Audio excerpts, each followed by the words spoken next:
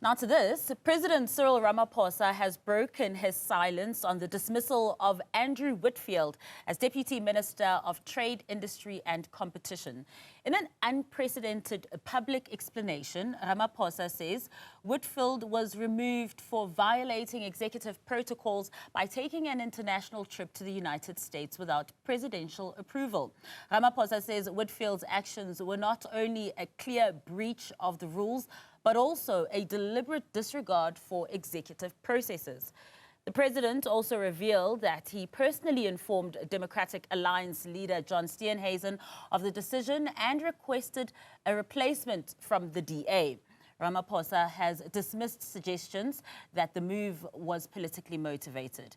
He says the axing was solely based on Whitfield's failure to comply with the rules that govern the conduct of the executive. Now let's speak now to Professor Kedibone Phago from the Northwest University School of Government and Studies. Prof, thank you so much for joining us as we've heard the president and what he has had to say about what was his actual first, I think, it's not even a reshuffle, but axing of his cabinet and square on a DA minister. What have been your assessments of what has been happening and the reasons that we've now been given as to why he was fired? Good evening, Masa, and thank you for having me. Good evening to the viewers at home. Yes, I think this is quite interesting, and it's interesting in many ways, but I think what we need to remember is that the president has constitutional rights and powers, to appoint the ministers and their deputies, but also to remove them.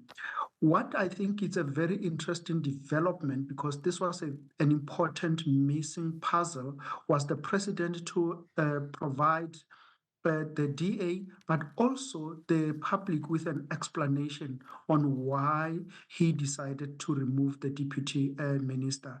And when you go through the president's response to these issues, he's very clear why he has removed the minister, using his own presidential powers, but also saying that there is a very well-established precedent in government, and he makes reference to President Mandela removing Ms. Winnie Madikizela Mandela. He also makes reference to former President Thabo Mbeki removing Ms. Madlala Routledge for the same kind of offense of undertaking international travels without the presidential approval.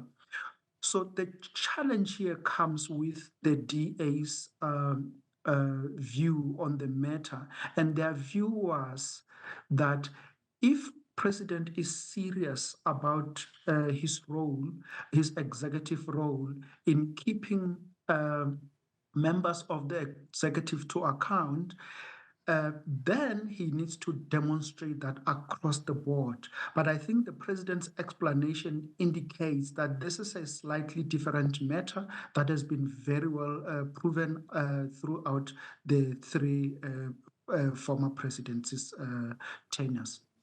And Prof, you know, while we also do understand that, of course, it is the president's prerogative as well to remove and fine, appoint ministers and his cabinet as he pleases, there are also those nuances that we need to be looked at. I mean, when the DA leader John Steenhuisen said it was more unexpected that it would be an Andrew Whitfield over this kind of a thing, when one considers the likes of the Higher Education and Training Minister Nobuhle Ngabane and the controversy around her and the CETA board appointments, and of course Minister Thembisa Melani and the linkages and the allegations being implicated with the VBS scandal, and Deputy Water and Sanitation Minister David Mahlobo. So what precedes what? What takes priority? Is it the executive rules and handbook that needs to be followed, or things that are as serious as being implicated in a VBS, or of course the controversy around a CETA?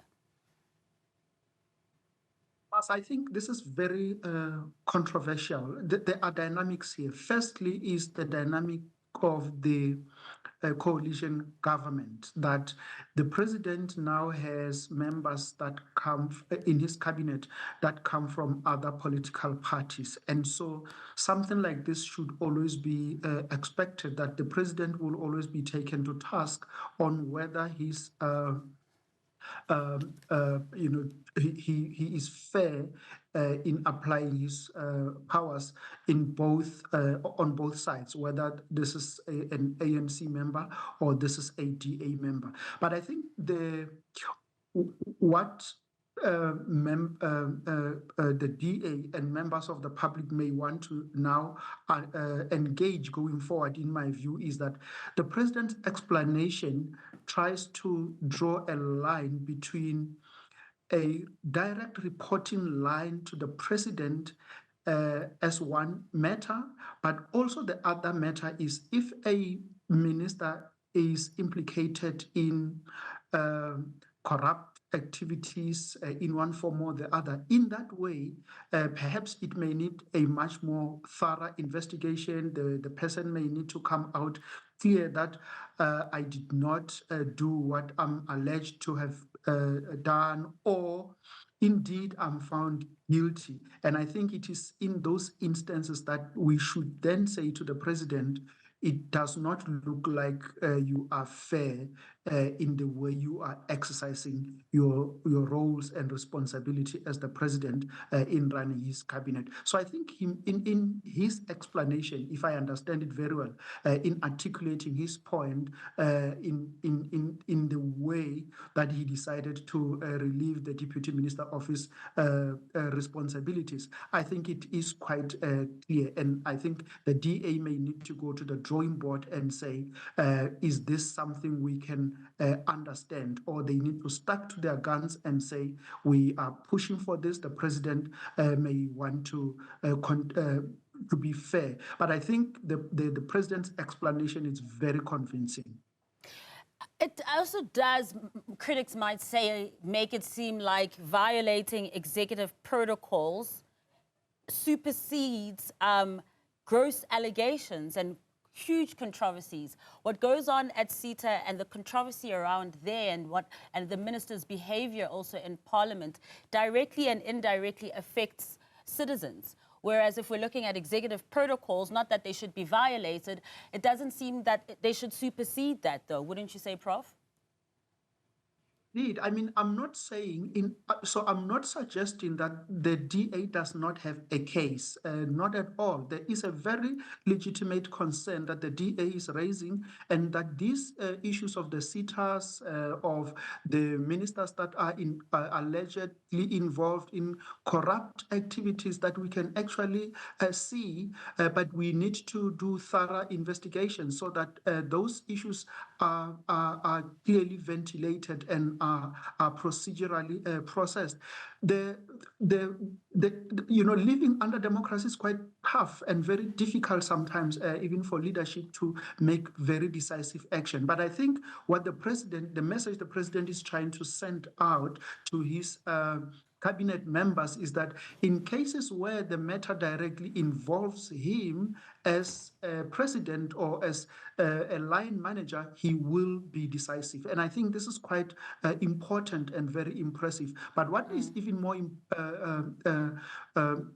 important for me is that the president came out now and clarify himself on why he took that kind of a decision.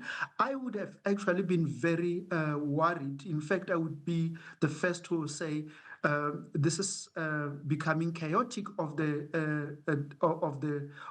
GNU if the president did not come out to the public and explain themselves. And I think he has played his part now to clarify where he's coming from and how he made the kind of decision he's made. So we are correct to put pressure on him in making sure that the other cases of corruption, the other cases where people have been appointed, they need to take due process. And me and you as South Africans, that our due process, takes forever. And unfortunately, those are some of the lived experiences that we have in our democratic dispensation.